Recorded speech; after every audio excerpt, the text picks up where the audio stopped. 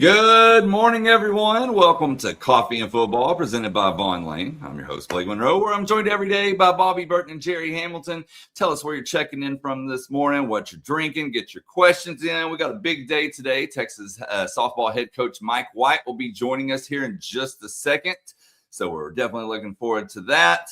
We got a lot to talk about as well. But, Jerry, before we get into Coach White, I'm going to go ahead and let you tell everyone about Vaughn Lane this morning. Yeah, your seat is already taken care of at Vaughn Lane. You know what's fun? Booking a flight, paying for your ticket, and then finding out you don't actually have a seat. That is terrible. That's what some airlines are doing now. Lowest fares that don't come with a seat assignment. You either wait until check-in and hope for the best, or you pay up $80, sometimes more, just to know where you're sitting. And now they're charging for bags too. It's like a subscription service for frustration. Here's an alternative, Vaughn Lane. Your seat already taken care of, a big oversized leather seat in a cabin with only 22 of them. Your bags, bring them on the charge. TSA doesn't exist. You're bored. You board at a private terminal inside a nice hotel. And from there, it's complimentary Wi-Fi powered by Starlink. There's snacks, there's drinks, there's hot towel service, there's meals on select routes. It's what flying was supposed to feel like. Vaughn Lane has also added more departure times between Houston and San Antonio and Fort Worth and Austin, so there are more options to fit your schedule. Vaughn Lane now serves Austin, Dallas, Houston, San Antonio, Fort Worth, Plano, the Woodlands, Nashville, Memphis, Atlanta, and Knoxville. Book at vaughnlane.com and use code OTF26 for $20 off your first trip. What is Vaughn Lane? It's a private jet on wheels. You know who else should use Vaughn Lane? Mike White to go retrieve Katie Stewart's home runs this year because you can't walk and get to them. Good morning, Coach White. That's pretty funny. I like that. How many dorm rooms has she damaged thus far this year, Coach? Just a couple, but we had a kid the other day from another team actually hit one and hit halfway up the building. So. So, Coach, I was going to ask you that. Who did you have to cover the tab from the softball money when she dents the building on the dorm room, or did CDC text you and say we'll cover this one for you? I told her it was coming out of our NIL money. Coach, y'all are off to another terrific start this year. Congratulations on all your success. Tell us a little bit about how the team's coming together this year and what you guys are up to right now. Yeah, obviously we had to replace some pieces last year. Mia Scott, a few others that were able to kind of work around. But I think the replacements we've got are doing a great job. JC Nichols at third base has really stepped up and defensively is every bit as good. Maybe a little behind on the hitting, but still, batting over 300. So doing a great job for a freshman stepping up and coming in for us. Hannah Wells, another freshman, is starting to really come on in the hitting role as a DP and also as a pitcher as well. So, she was National Gatorade Player of the Year in both positions. So that was pretty cool to see her kind of thrive in this environment. And, of course, getting Tegan Cavan back to spearhead the pitching staff is really, a big plus for us. And can't forget Reese Atwood either, So, of course, Katie Stewart. Those are the main pieces that are really helping us perform well. Coming off, obviously, congrats once again on that, your national championship and the program's national championship. When you go through that offseason after a national championship, y'all are on a 24-game win streak, by the way, 26-1. Is there different messaging that comes from the head coach coming off the national championship with a lot of players returning from that team, or is the messaging still the same? Because I know it's different after a team wins a national championship. How's their mental approach? Yeah, we've taken a different approach to it, and it's just it's not about defending; it's about getting better. And looking at that, there's a performance game. How well you want to play and how well you do play, and so we would need to kind of push ourselves in that department and let the wins and losses take care of themselves. So focus on us being better, having better performance, and playing up to another level. Coach, you look at your conference right now, the SEC, very difficult conference in softball, if not the most difficult in the country. A lot of big games coming up for you guys. Kind of give us a breakdown of the league and where everything is sitting right now for the Longhorns. Yeah, obviously, Tennessee just lost last week. They finally lost down. I think they've got their ace back in Pickens. She was hurt for a little bit. But there's only one lost team there. Florida's been playing very well. Alabama surprised everybody. They've really stepped up. So they're good. And of course, Oklahoma is sticking up some gaudy numbers. Just an amazing amount of home runs and runs for. So it's going to come down to crunch time, and of course we play our big foe A&M next week. So that's going to be our first real kind of home test here, and then after that we get into the Oklahomas and away at Alabama. Hey, Coach, I got to ask you this. So somebody in the chat wanted us to ask multiple people. There's a reel out there asking if Coach White could strike the Texas players out, and all of them said no chance. Where do you come out on that? Well, I think if I had my A game, but just it's a question of how many steps I can take and how close I can get. So, but yeah, I mean, maybe back in my old days I could do it, but definitely I've seen the reel and it's pretty challenging. It's pretty fun. Talk a little bit about Reese Atwood, if you don't mind. Set a Texas all-time record catcher, All-American. Kind of had the key hit last year in the World Series and the championships. Talk a little bit about what she's meant, her decision to return to Texas this season, et cetera. Yeah. Oh, man, she's a spark plug for us. And just seeing the growth in her, not only in a physical game, but her mental game. She's taken on more of a leadership role and is speaking out and helping the team. And the strive for all coaches, I think, is to have a player-led team. Where you're not so much like having to drill people with stuff. You want them to come from their peers. And obviously she's a strong peer leader. And so when you get a compliment from Reese Atwood, it means a lot. Or some criticism as well. And it's going to be looked at that way as well. So, but just watching her growth and just the way she's handled everything, very, very poised. So to speak. I know she gets frustrated a little bit, but she keeps it under control and does a great job for us. And you never see it affect her defense. Sometimes you see someone that has all that pressure on them hitting wise, they can go out if they're not successful, and it can affect their defense, but not with her. Hey, Coach, we got another question from the chat that I think is an interesting one. David Rawls asked, Coach, Stewart is crushing it this year with high average 2. Did she make any changes in the off season that have benefited her this season? Well, when she first came in, she was struggling with the rise ball, the upspin pitch, and she's really worked and bought in to be able to hit that pitch now. So she's kind of lessened the amount of holes or attacks that people can take at you. She's making those adjustments. I think that's the biggest difference is that when you get kids that come from the travel ball programs into our program or college level, that they can get attacked with all the information and strategies we have now, all the video.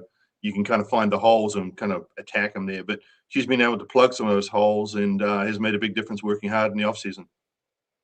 You mentioned earlier Tegan Gavon and her return. She's one of those Nike athletes. I'm sitting here wearing a Texas One hat right now from the University of Texas Collective. How is NIL interplaying? And I know Tegan's one of those Nike athletes that they just named the Blue Ribbon athletes.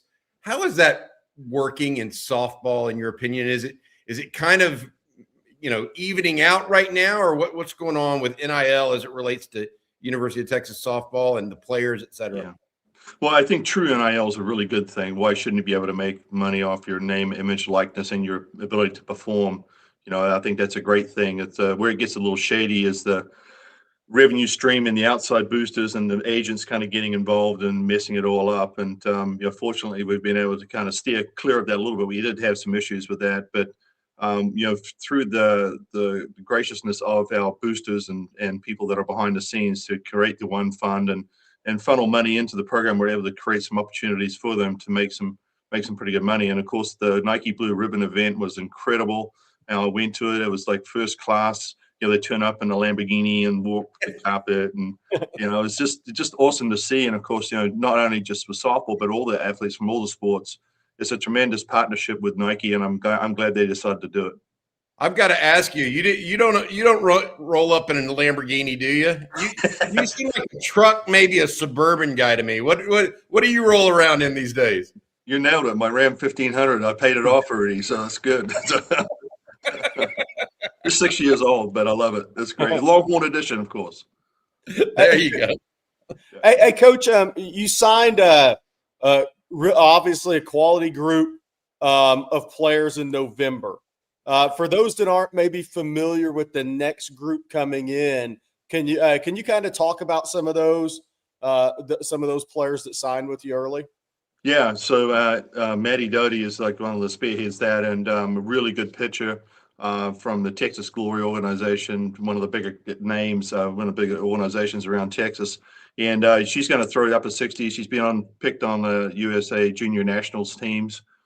So we're looking for her to come in. And she's also can hit. She's got some really pop in her bat, so that's another one. We picked up a kid from Florida, kind of like our one to replace Vivi Martinez when she graduates, Annabella Abdullah. Very smooth fielding shortstop, plays for the Texas Bombers organization.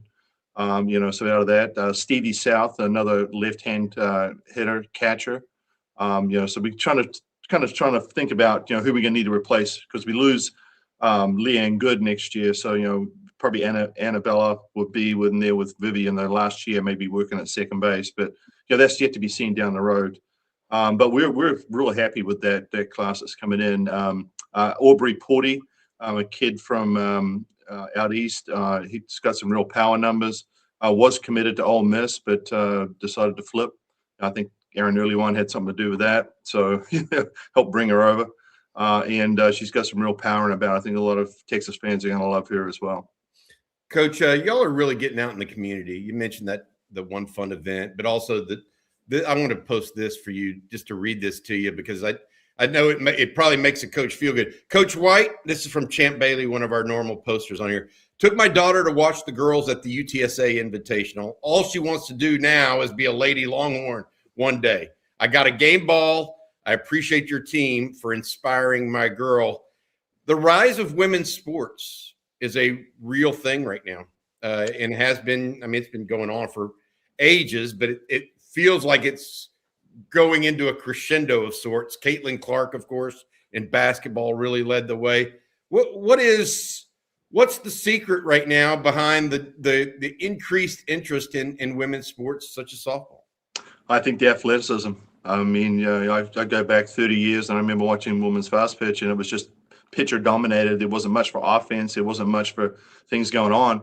Now we're seeing a lot of these games that are pretty high scoring, and there's a lot of action. It's got all the things you want to see. You got speed, offense, defense, it's electric, great crowds. Right now we're sold out for the season. So there's a lot of things, and that brings up another thing is like, when do we get a new stadium here? And we're working on that. So text El Conte and say, hey, we need a new stadium. So always put the pressure on him, Coach. hey, Coach, I like to ask you guys when y'all come on to the show, if there was one rule change you could make in your sport right now, what would that be? Well, back when I was playing, we'd get rid of the DP because I wanted to hit. But I think move the fences back a little bit. I think that and a lot of it's restricted now. You've got these old rules like UCLA can't go any further than they're at 190. Well, 190 is a pop up. Yeah. But I think getting 210, 230 would be real nice, and just because how much stronger these athletes are, then you get more of these doubles and triples and plays like that. So I think just moving the fences back a minimum. Then the other thing is raising the foul pole. The foul poles are way too short. This ball's going up, could go down the line that are way over the top, and you can't challenge anything that goes over the top of the foul pole. So just moving that up, especially at the College World Series. Interesting. Yeah. I had not thought about the height of a foul pole in a long time. Coach, you guys are off to another great start this year. Blake earlier showed the graphic, ranked number 2 in the country across multiple polls. What are you working on right now? What are the things that you see in your team? Hey, we got to get better here. We got to tighten these things up. What are you working on right now with your team to try to repeat as national champions? Well, of course, it's the 3 areas of defense, pitching, and hitting. And I think in hitting, it's the off speed. That's how people are going to attack us. They know we can hit the fast stuff, and it's just a matter of getting it off speed. And then the other side is with the pitching, we need to be better on our locations, fewer walks. The strike zones are a little bit tighter. These umpires now are getting judged through TrackMan, where they're calling on the plate, so they're shrinking the zones a little bit. And then defensively, we got to be aware that people are going to start doing the short game on us. And so we got to be able to pick that up. I think our outfield play in the last several years has got so much better. I think defense in the middle there, that's really good, pretty solid around the horn. But we still make some mistakes every now and then. We've got to kind of sharpen that up as we get into the deeper part of conference here. You mentioned Hannah Wells earlier, but we've had a couple of people in the chat ask the addition of Hannah Wells, what she's meant to the hitting and pitching of this team this season.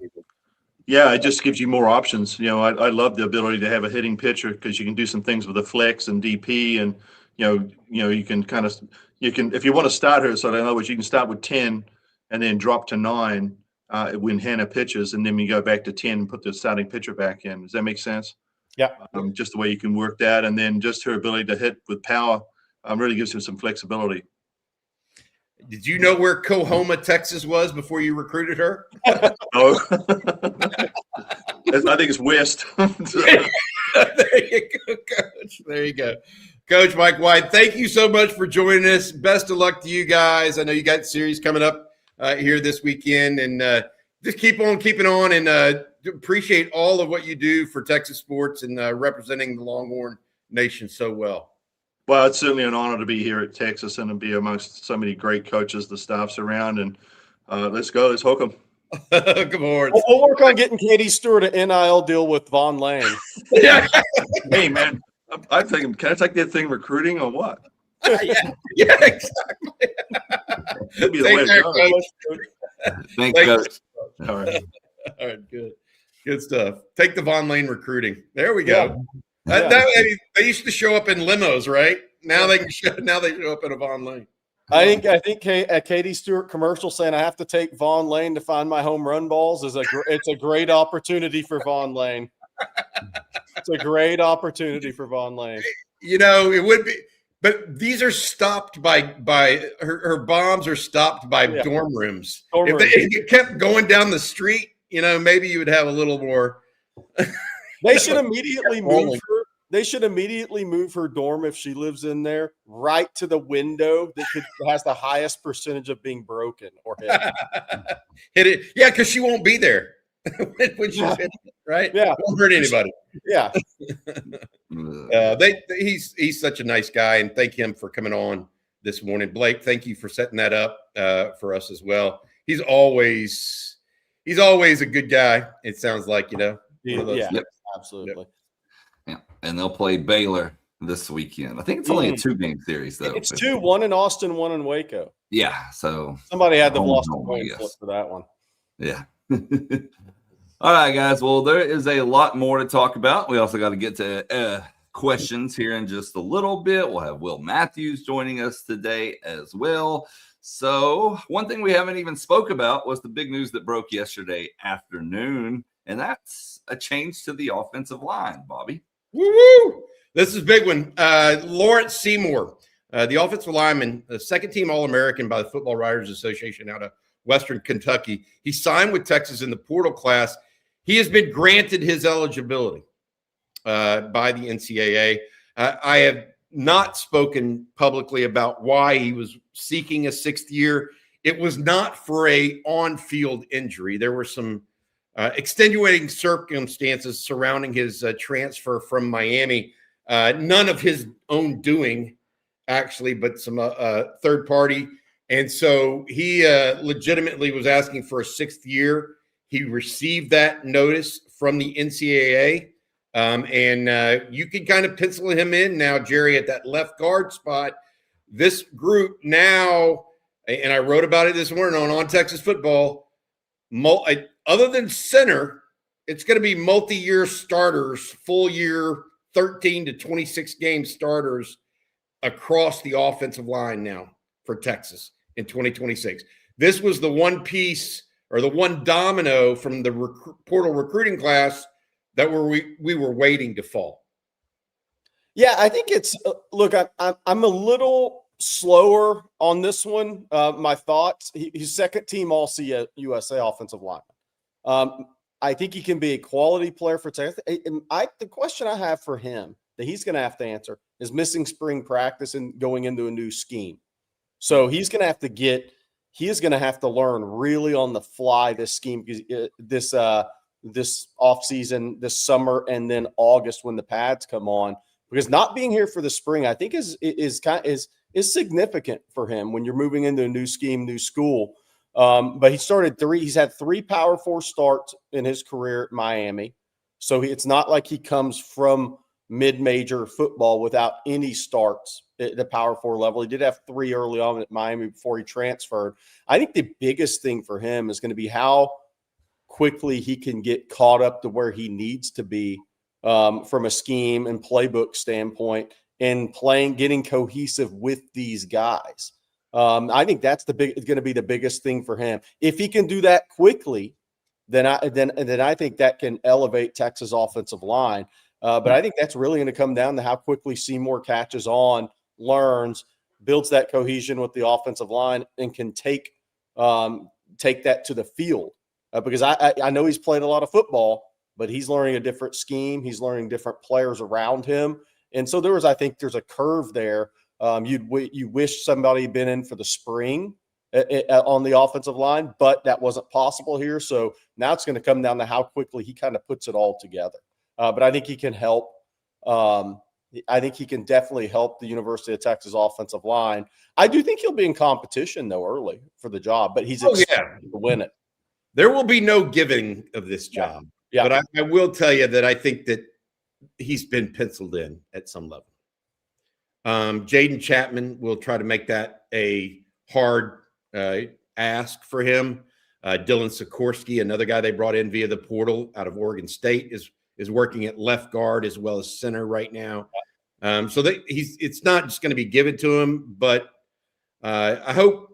I tell you what, I think I'm going to text Blake, or Blake, I'm just going to tell you right now, I'd like us to bring up some of Lawrence Seymour's high school highlights later in this thing, just so you guys get a sense, because we can't play his college highlights, and I can't find any of his college highlights, which is a different story. But just so people get a sense for how he moves, what he looks like, very similar, in my opinion, to DJ Campbell a little bit, Jerry. Long-armed, a little shorter than DJ, I think. Oh, here it is. Yeah, he's 6'1.5", 6'2". Yeah.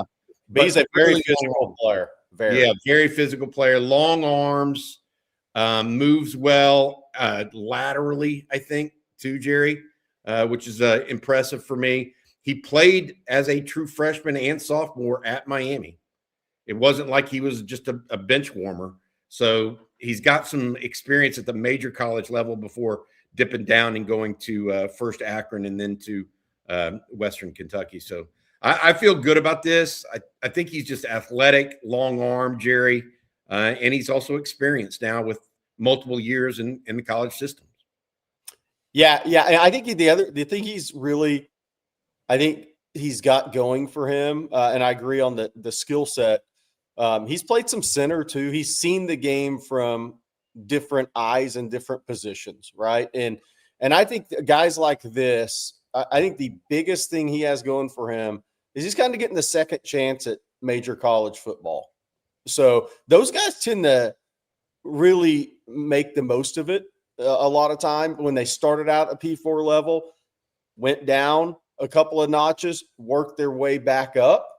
I think those guys have a little different motivation than them in their final years of college. So I think that's a really good place for Seymour to be. The other thing I'll say is when he was at Miami Central, every day on the practice field, he was going against a major big-time college football player about to be top first-round pick, Reuben Bay.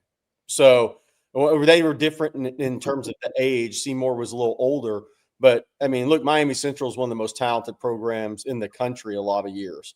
And you saw them playing Miami Northwestern, all the other really talented teams in Dade County. But he was going up against pros and major college guys every single day. And there's a physicality in that program that's always been there that is real at Miami Central, Miami Northwestern. There's a real physicality in those programs. And I think Seymour grew up playing physical football in a tough environment against really good players on the other side of the ball every single day. So he is battle tested. And I think he's going to be super motivated. See if he can help move the interior of the offensive line. Yeah. Man, you're right. He's not a tall guy. So he's not even as tall as DJ Campbell, but he is as wide. And he's mean. Yeah. Let's see how this all works out this year. I've got a good feeling about this offensive line. I feel much better about it going into this year than I did last year. I want to put that out there for everybody. Because last year you had 2 first-time starters at tackle. You know, you're moving Cole Hudson to center in the offseason. Never could find that next guard, you know. By the way, just quickly, I've never told the story, I don't think, on this chat. But first time I went to Miami Central years ago, I walked out to the practice field. I got there like 10. I was coming from another school about 15, probably 20 minutes after their practices started. And I heard a loud voice just kind of F-bombing it around. and I didn't look. I'd never seen him in his older age. So I was like, hey, who's that over there, man? That, you know, the really loud guy. He said, that's Luther Campbell. He was the DC at Miami Central. The first time I ever stopped at Miami Central. Uncle Luke. And it was loud and rowdy on the defensive side of the ball that day. That I can tell you. He does most of his talking on Twitter these days, I think. Yes. Yeah. Or X. Excuse me. Oh, man. All right. So we got more this morning, but first, we need to thank a couple of sponsors, and we're going to start with Hollow Socks, Bobby. Absolutely lightweight, supportive, unbelievably soft. They're 3 times warmer than wool and still lightweight. How is it possible that they're warmer than wool? It's because they're alpaca socks. These are high performance grade socks made from ultra soft baby alpaca fibers, engineered for rugged conditions and designed to keep your feet dry, warm, and comfortable no matter where the day takes you, hot, not hot. They keep your feet dry, warm, and comfortable. Hollow doesn't just make socks for the outdoors. They've engineered them for every activity, from everyday socks, compression socks, hunt socks, trade socks if you're on your feet all day, perfect for long shifts, and 14-hour days in boots, giving your legs the support they need after the grind. But they're also great for every day. Soft, breathable comfort for daily wear, travel, or downtime. For a limited time only, Hollow Socks is having a buy 2, get 2 free sale. Head to hollowsocks.com to check it out. That's hollowsocks.com for up to 50% off your order. After you purchase, they'll ask you where you heard about them. You can support our show by telling them what we sent, we here at On Texas Football sent you. Again, 50% off, up to 50% off. Buy 2, get 2 free sale at hollowsocks.com. And I'm going to tell you all about Square, because support for today's episode of Coffee and Football comes from Square, which honestly, if you've ever paid at a food truck or a coffee shop or a local store and the checkout took like 2 seconds, there's a good chance that you've already used it. I see it all the time around here. You walk up, you grab your coffee or whatever, tap your card or phone, boom, done. No weird register problems, no digging around for change, no waiting forever while someone figures out the system. That's because Square basically puts everything a business needs in one place. Payments, point of sale, inventory tracking, customer tools, even setting up an online store if you want to sell stuff on the internet. It's simple, it looks clean, and businesses can actually focus on customers instead of fighting with tech.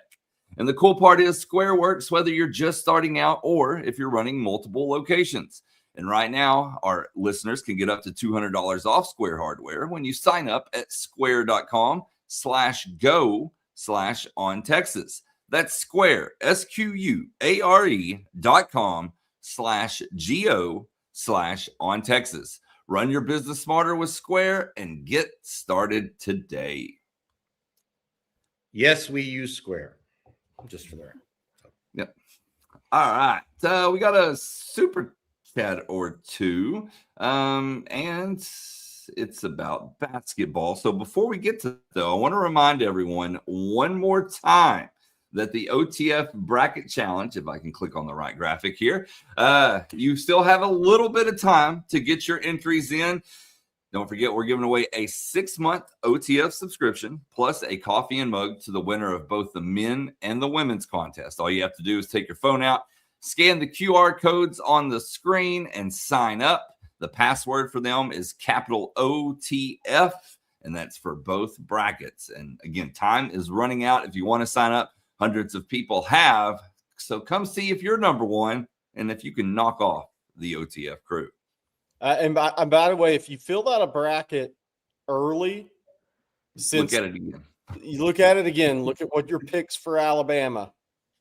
If you had them going far, because they had a development. They had a development, and they aren't going far. So interesting. Now, I mean, like if anybody had like Alabama in the Elite Eight or something, I would probably go back and look at your bracket. Because if you're missing it, the one of their key players had a pound plus of weed. 2 pounds, almost. If it had been 2.1, it would have been really bad. Or 2.2, and he had 2.1. It was 0.1 away from being. Yeah. I mean, it's still really bad. Don't get me wrong, but I said legally it would have been a lot worse, even if it was 0.1 more. So no, I mean, let's just talk about this for a second, Jerry. No program is lily white these days. No, I mean, too many players, too many things going on. Whether it's NIL related or just plain kids being kids, or poor choices. Alabama seems to have had more than a few in their basketball program. Nate Oates, bordering on that level of I don't want to say institutional control, but control of any type. How about that? Yeah. He seems to always have them in the news, not necessarily for the right reasons. And, and along with Bama, Michael Brown's out for Louisville, stud, top 10 pick in the NBA draft. This tournament's really being impacted by injuries. It reminds me of the year Texas went to the Elite Eight. That tournament was severely impacted. That's not that UConn might not have won it anyways. I'm not saying that. But that team was severely impacted by late season injuries. This tournament's very similar. So it's going to be interesting. Tonight, Texas, I know we have a couple of super chats on that. People ask if I put we said our picks or whatever. Look, BYU's a 2.5-point favorite. I think BYU's a better team than Texas. They have the best player on the court. It's not even close. AJ DeBances scores the ball on a Kevin Durant level in college basketball. KD was 25-7 his freshman year. DeBances 25-3. I mean, he led the nation in scoring. I mean, he's really good. He's gonna be like an 8-10-year all-star. He's not Kevin Durant level, I don't think, but whatever that is slightly below it as a college player is where he is. He could go for 35 tonight. He could go for 25 tonight. He could go for 22 tonight. That's all coming down to if he makes shots or not. Because your defense isn't going to really – it's the same thing with KD in college. Your defense really isn't going to affect him. It's just whether the ball goes in that night for him or not. He gets to the free throw line a ton. That's the biggest concern I have from a Texas perspective is who do you guard him with? And then you better make him guard on the other end. But the problem with him and Rob Wright, the point guard for BYU, who really Baylor took it on the chin on that one in NIL late last year, killed Baylor's season, is those two guys have the ability to really draw fouls. Matas has to stay feet on the ground when Michael Brown's in the paint and just make him shoot it over lengthy 7-footer with good length in his arms. You can't leave your feet against Rob Wright. He's got that little darting, shifty, like running back in the hole type of movement in the paint, and he will foul you out quickly and get you on the bench. AJ DeBances, if you have Swain or Mark, somebody's guarding him for an extended period of time. Who do you think will guard him? People are asking. I think you got to move. I think you got to put different people on him. That was kind of what I was getting to. You can't ask Dalen Swain to go guard him for 25 minutes tonight and then, go run the whole thing offensively. It doesn't work that way. He'll be gassed. He won't have anything in the tank at the end of the game. So I think you have to put different people on him is the key. Texas has a advantage rebounding the ball. Now, they had a huge rebound advantage against NC State. NC State was a poor rebounding team, -1 for the year and plus-minus. Texas won that battle of the boards by 12. BYU's a better rebounding team than that. They're plus 4.1 this year. The whole key for rebounding in this game to me is if Wright gets into the paint too much, then that's going to create scramble situations defensively. then you're not as good of a rebounding team because you're not in position at that point to really own the glass. So I think the other thing, Texas, they absolutely have to attack with Matas in this game early and hope he doesn't get in foul trouble. But Kiba Keita is people look at, say, hey, 6'8". Kiba Keita is a tough, physical, really good player, but there's a fall off behind him, just like there's a fall off behind Texas and Matas is out. Whoever can get that fall off, whoever can command that, if Kiba, and by the way, two head coaches ago, Texas recruited Kiba Keita. He's a really good player. But who can get that guy in foul trouble and make that guy have to play on his heels a little bit, I think is going to be big in this game. So I think BYU's the better team. I think DeBansta's easily the best player on the floor. I think he's going to get his unless he just misses shots. So I think it really is going to come down to, I think NC State did everything they could to take Jordan Pope out. I mean, think back on that NC State game. They didn't even guard Kendall Weaver. They let him catch the ball wherever he wanted on the floor, but they were not going to let Jordan Pope get clean looks, and they were going to double Matas in the paint on every catch they could. So I think Texas needs Jordan Pope to have a good shooting night, but they got to get him clean looks in this game. If Texas can go out there and hit 7 or 8 threes, look, they got a chance to win the game. BYU's favored for a reason.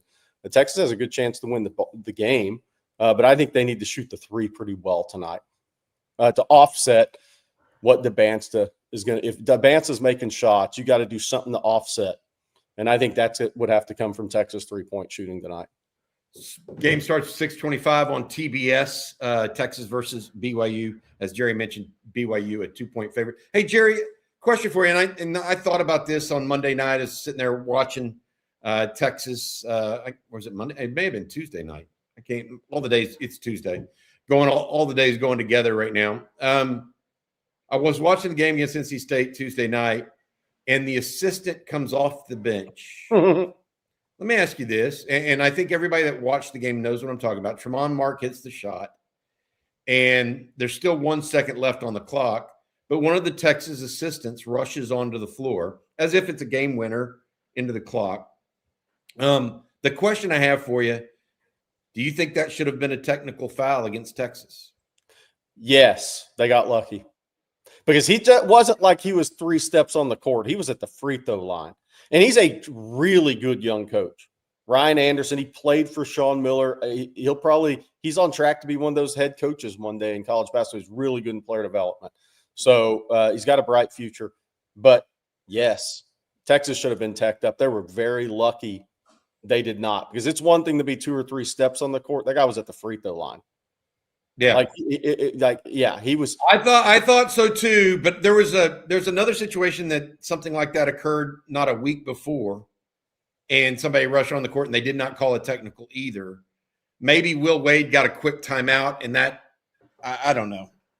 I mean, I know people are saying NC State called a timeout. I don't know. I mean, he was well out onto the court before Will Wade before that timeout was really recognized. Texas got lucky, bottom line. They got lucky they did not get teed up on that, in my opinion. But hey, good for Texas. But it's going to be interesting. What I'll say about the winner of tonight's game, between BYU and Texas, I think the winner, even though Texas will be obviously way seated lower, I think Gonzaga is vulnerable in the round of 32 because Braden Huff is out injured. He is their second leading scorer, one of their top 2 players. Gonzaga is vulnerable. Whoever wins this game tonight, I think, has a real shot against Gonzaga. And one, it's not the Gonzaga teams of old. They may be 30-3, but it's not that talent level of those teams. But now with Braden Huff's been out a while, but now that he can't come back this weekend, they're very vulnerable in that round of 32 game. So we'll see what happens. But Sean Miller's met my goals for this season. I've always said it's not a guarantee a first-year coach gets in the tournament. He did that. You have to show a proof of concept on the court. He did that. You have to show that you can develop players. Dalen Swain is right in that a lot of first-round mocks right now from 23-30. Matas has improved. Commentators are talking about that. He's shown that proof of concept. So he's done the things he needs to do in year one. So now, if you advance, then it's going to be tough, but enjoy it. I mean, because he's done what he needed to do this year to get his program headed in the right direction under his control at Texas. So I think he's done what he needed to do this year. Now it's all icing at this point for me. That's the way I look at it anyways. But my expectations I thought were realistic headed into this year for this team. Oh, by the way, you want to know why the NCAA, somebody brought this up. You want to know why I say this about the NCAA tournament? And I think it's the best sporting event in college easily. If anybody that didn't watch Miami, Ohio, and SMU last night, that's why the NCAA tournament is what it is. That was an unbelievable environment last night in Dayton, Ohio. That's the ultimate underdog. They were 31-1. People didn't really think they deserved to be in the tournament. They went out against SMU, who I think BS their way into the tournament, being real, saying BJ Edwards was going to come back from his ankle injury, and then he didn't even play last night. I think they BS the committee a little bit on that to get into the tournament, but that's another story. Miami of Ohio set a record for threes made in a first four game. That was an unbelievable game to watch. So people that missed that last night, that's what makes March Madness the great. That game is going to have huge TV ratings, is my bet. Huge. I was not there in a Speedo with the Miami swim team. No. I was going to say that's what made the rounds on my group chat this morning that I have with my college friends. Yeah.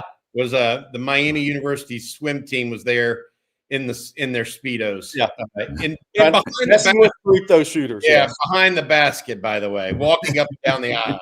Yeah. Yes. That's what. Hey, before we get going to Will Matthews, Blake, you had one thing wanted to mention? Let me answer Jeff Carey real quick. He asked about he says, what are the betting odds for Texas getting to the Final Four? Obviously not going to happen, but curious. They are plus 8,000, Jeff. So a $10 bet would win you $800. So there's your answer. I got some buddies. I still wouldn't make that much. I got some buddies in Vegas today. They're gonna put it down. Hey, need to tell everybody about Changing Austin. How do we build Austin's future without breaking with its past?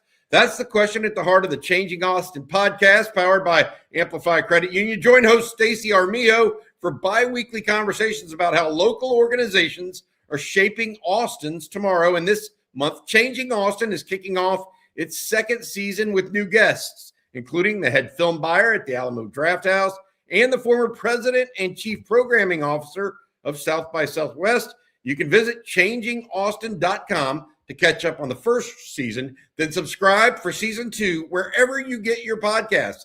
Visit www.changingaustin.com to join the conversation today. Again, key question: how do we build Austin's future without breaking from its past? All right, guys. Will Matthews is here and ready to join us. So I'm gonna bring him on in. Good morning, Will. What's up, team? How y'all doing? It's been a little while. It's good to see your beautiful, shining faces. Wow, this guy's in BS mode today. Hey, some days I get a little more than usual. I am every day. Will, you have your Air Jordans on this morning as opposed to your cleats, ready to talk a little Longhorn hoops tonight. This basketball team it's been a roller coaster for Sean Miller in his first year, but somehow, some way, they're now in the round of 64 in the NCAA tournament.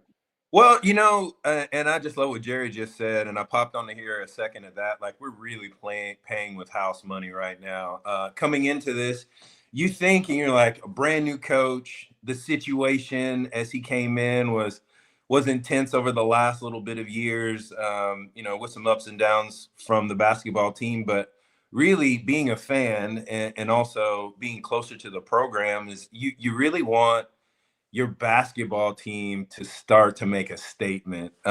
Bringing in Sean Miller was a part of that statement. They were able to secure some incredible recruits, and Ogden, a friend of mine, he was around at my time in Texas and have known him from being an Austinite for, That's crazy when you start saying I've known you for what is that, 25 years now.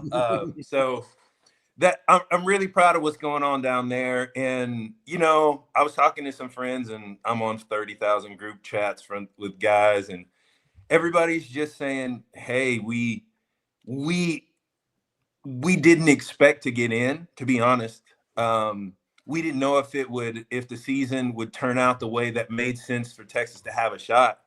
And if Texas has got a shot, and you've got guys who are showing up in the way that they did, that game was awesome. And how it played out the last couple of seconds, like Texas really took it to NC State that whole game. I felt like the score didn't really represent the butt whipping that came there, but for them to have, it's really hard as an athlete when you are playing that much better than your opponent and the score doesn't really say that. But for the guys to come out and Mark to have that shot at the end, and just the way that they've done it, and I'm really starting to enjoy the post Sean Miller when he gets out and just tells the truth, and he's like, this happened, we had some turnovers, we shouldn't have had it, and you're just like, okay, this guy's about his business. And so I'm excited. It's all house money. No matter what happens, but we need to win. Maybe looking at a future Maverick tonight, by the way, Jerry, the young man from BYU, great player. Hey, Will, Longhorns also got some good news in football. Rarely does this happen, by the way. In the middle of spring break, Texas football gets news when the coaches are away, the players are away.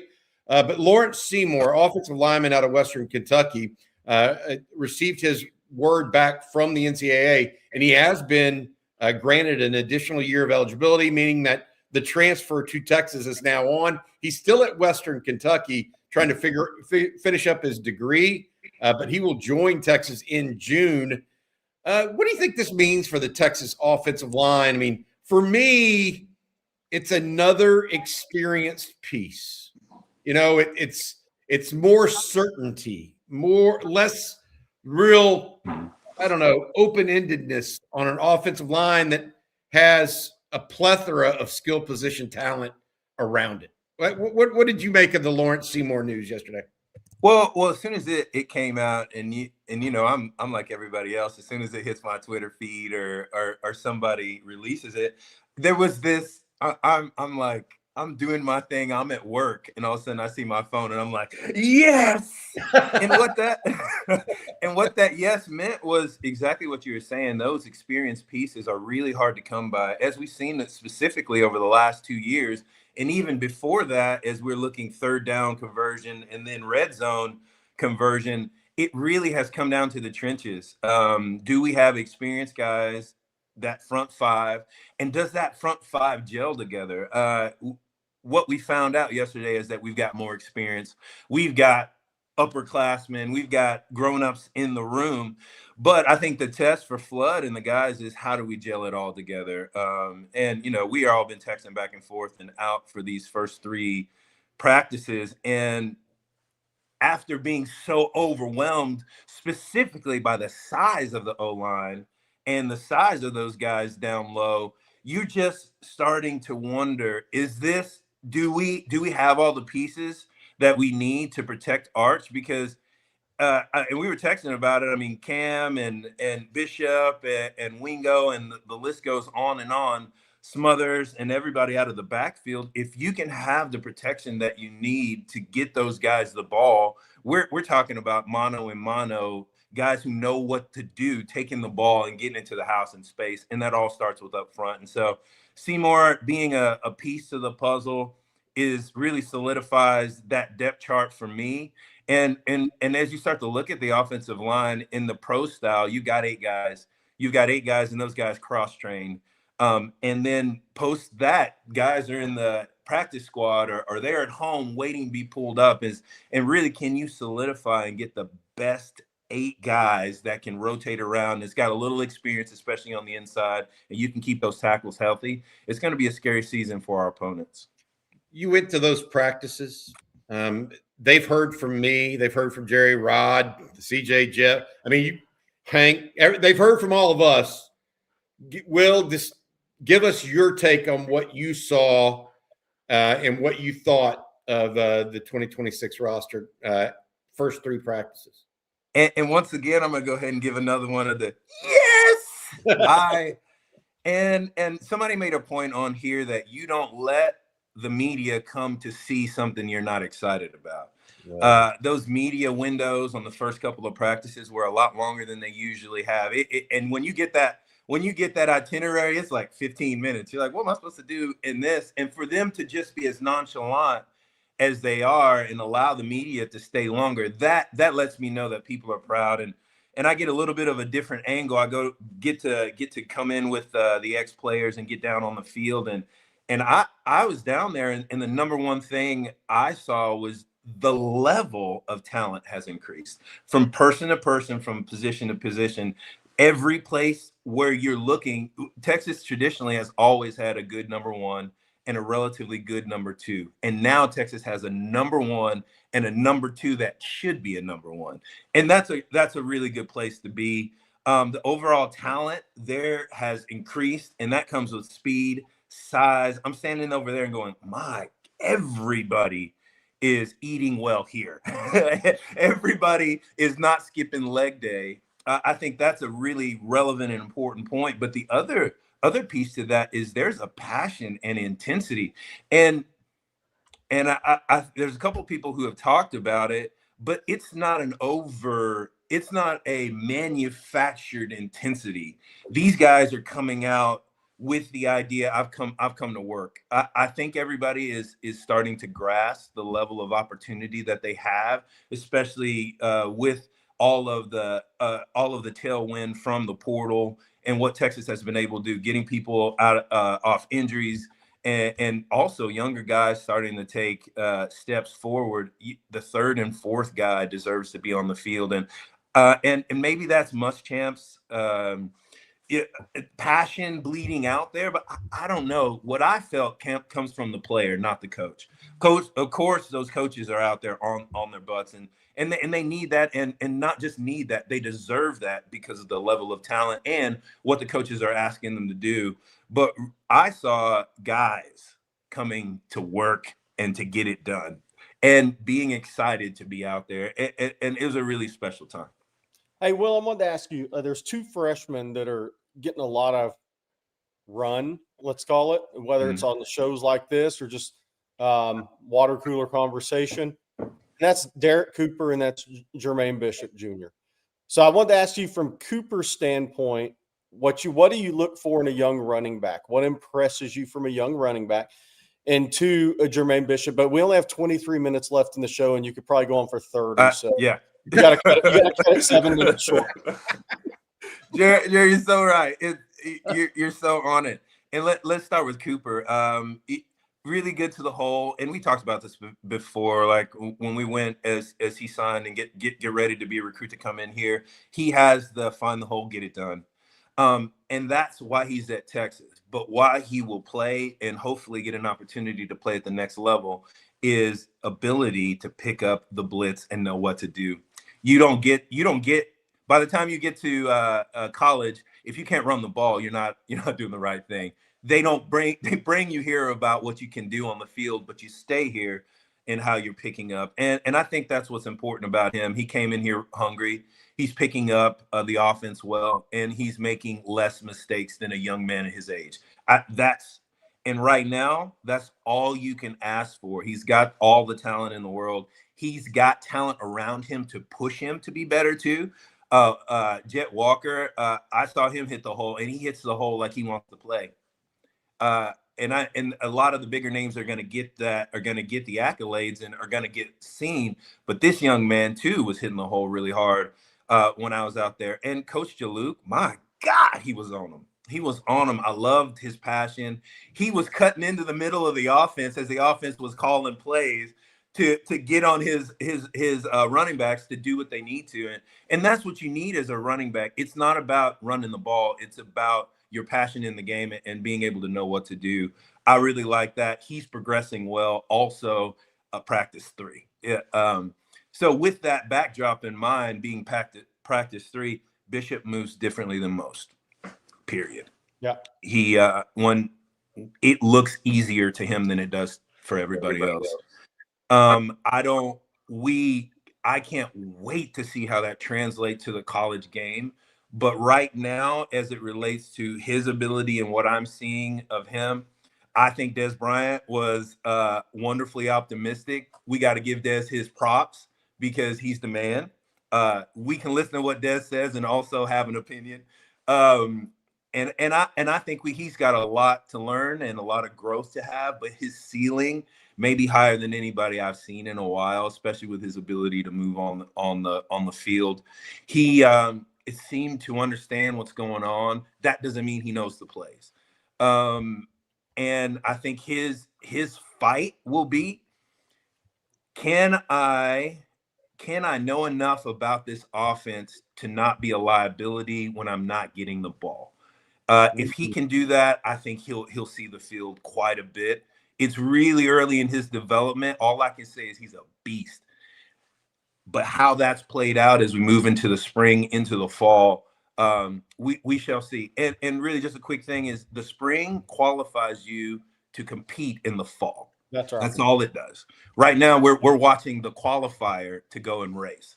And that's all the coaches want to do. They want to know who you are, how you work, how you gel with other people. And then in the fall, that's when we solidify the first and second string. You said Bishop moves differently. That was the term you used. What try to describe that to people if you could a little bit. It almost feels like he's when he runs, sometimes he's running on air. Mm-hmm. It's like his feet barely touch the ground. He also has a burst. I mean, we've tried to articulate it to people, I think, and there's been some video of him out there that people can see, but it feels like almost everything has a purpose with him when he moves, as well as the quickness and the outright speed. What do you make of that, Will?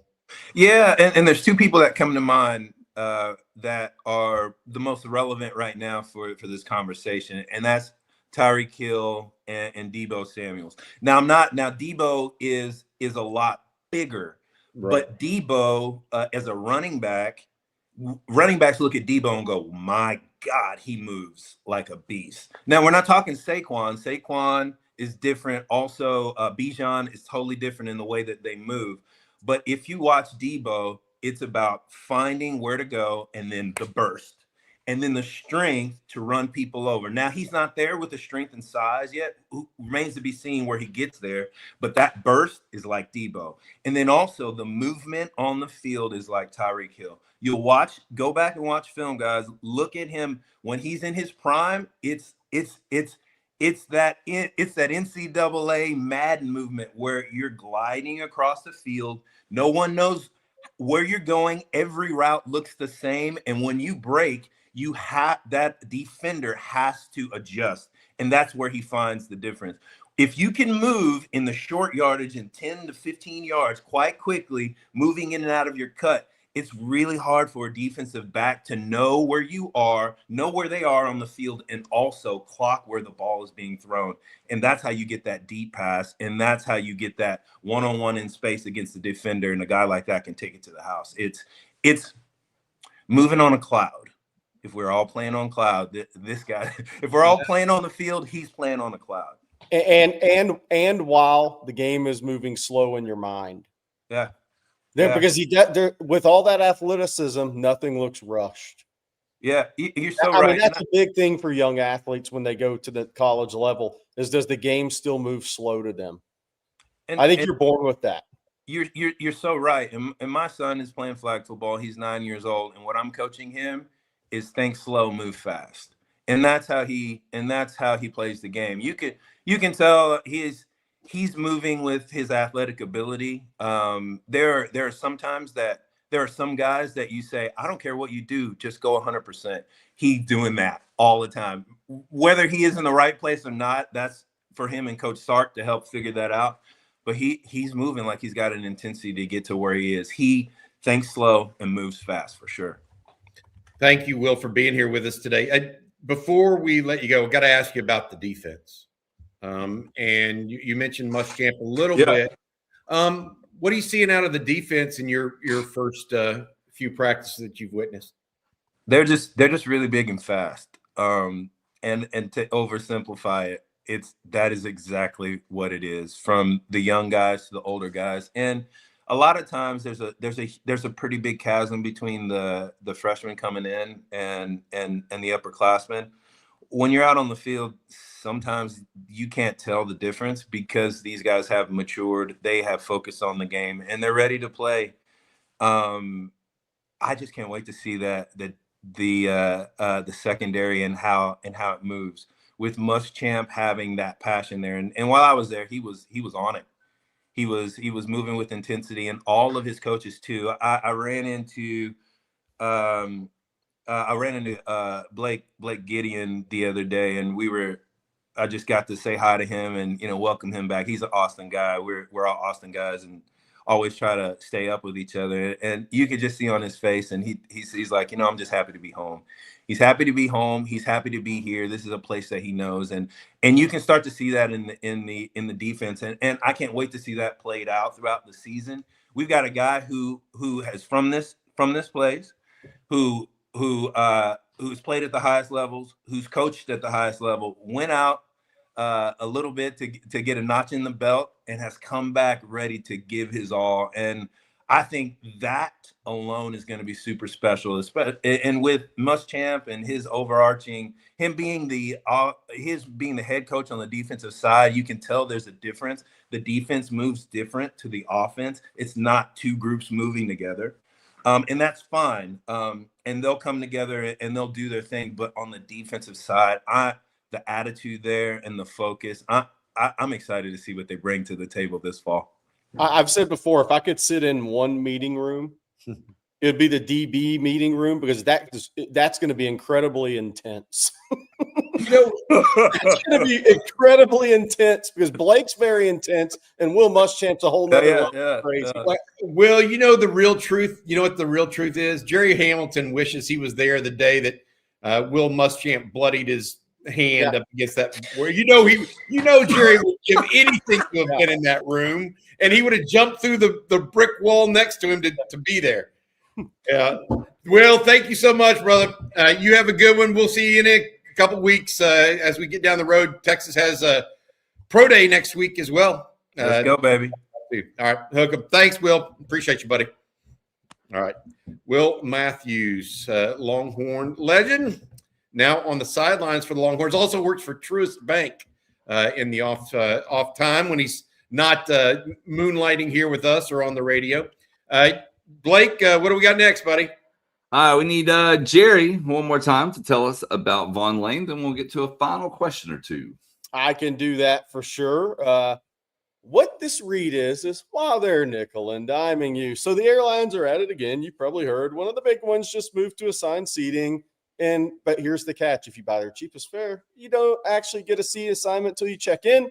Want to pick a seat? That'll be an extra $80 or more. Oh, and they're charging for check bags now too. It just keeps adding up for travelers. Meanwhile, Vaughn Lane is out here doing the opposite. No bag fees, no surprise charges, no TSA lines. You show up at a beautiful hotel terminal, walk on in minutes, settle into just 122 oversized leather seats with complimentary Wi-Fi, snacks, drinks, and hot towel service. On select departures, you even get a complimentary meal. What's the Wi-Fi? It's Starlink Internet, so it actually works. Try saying that about airlines Wi-Fi's at 30,000 feet. Vaughn Lane just added more departure times between Houston and San Antonio and between Fort Worth and Austin, so it's easier than ever to fit the trip into your schedule. Vaughn Lane serves Austin, Dallas, Houston, San Antonio, Fort Worth, Plano, the Woodlands, Nashville, Memphis, Atlanta, and Knoxville. Visit VaughnLane.com and use promo code OTF26 to get $20 off your first trip. Vaughn Lane, it's a private jet on wheels. It's also how Katie Stewart sends her softballs traveling through the air. Vaughn Lane, maybe Vaughn Lane needs to have a softball. What do you mean? Huh? A softball. Hey, put their name on a softball. Let it travel. Let it travel. We got a super chat here this morning from Kate Stewart. Who makes bigger impact, Texas, Justice, or Jonah? Justice Terry as of today. Yeah. And by the way, in football, obviously. I mean, I think Justice Terry's got a shoulder issue that is mending, and he is focused on football, and he actually showed some really good stuff in football late last year. So I as of right now, I'd put that my money would be on Justice Terry. And he's also, look, Justice Terry's up 30 pounds since the first day he showed up at Texas. I mean, that was senior year for the bowl games, right? Sugar Bowl, whatnot. Yes, it's not bad weight. It's not No, bad. heck no. I'm not sure he can ever have bad weight. Yeah. Planet Fitness doesn't do bad weight. Yeah. But, I mean, he was 258 the first time the Texas coaches saw him in Austin. Or actually, it's the Sugar Bowl. He's 287 now. I mean, he has done really good work to get his body, not his picture body, but his football body where it needs to be. He's now ready to roll. But good question, because both these guys have had the health issues since they've shown up.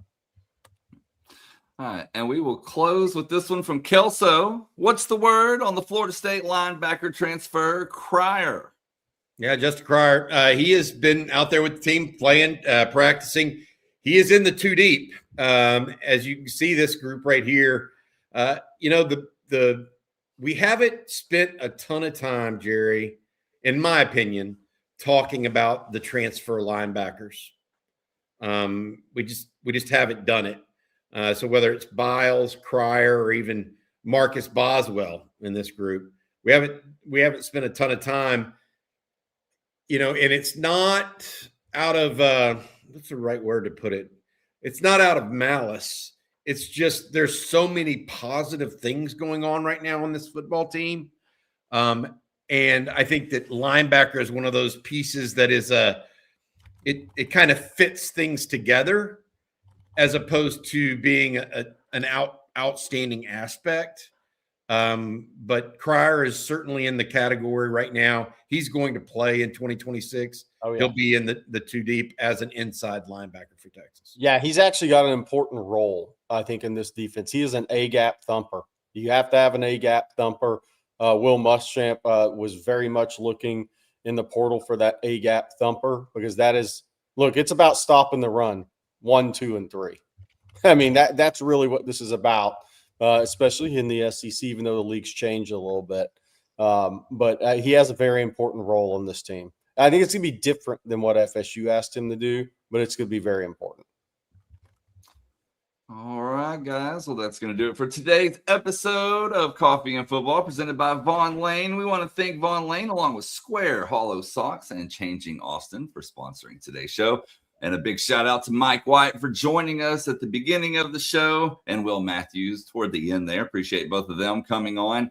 I do want to say don't forget to sign up for the OTF Bracket Challenge if you haven't already. I'm putting the QR codes up there one more time. I've dropped the links in the chat multiple times. Remember, capital OTF is the password. You got a few hours to get those in to try to win the OTF subscription and merchandise. Hey, Blake, how many people do we have signed up right now for the men's contest? Oh, gosh. I know it's over 200. I do know that. But all right. If we get to 300, we're going to move the subscription up from a 6-month free subscription to a year. We'll do that over 300. So the only thing I would say, the only bracket ideas I would give people, don't ever pick a 16 over a 1 in the women's. Yeah, it's never happened, right? It's too much of there's too much of a drop off in talent level in the women's game. Men's game, you look, they had their first 16 over 1. It's crazy. A few years ago, then Tony Bennett went on to win the national championship. But it's different in the women's game. There's not the depth of talent. There's a pretty big drop off. We have 262 people in the men's challenge. By the way, those brackets will lock in 1 hour and 50 minutes. And in the women's challenge, we have 120 people in that one. And you got over a day to lock in your women's bracket. So a little bit more time. Focus on the men's right now and get it in within the next hour and 50 minutes. Texas plays 6:25 on TBS tonight against BYU. The women play tomorrow at, by the way, Moody. So if you're in town and get a chance and want to go support the women, they play tomorrow afternoon. And that will be Missouri State. Missouri State beat SFA in the play-in.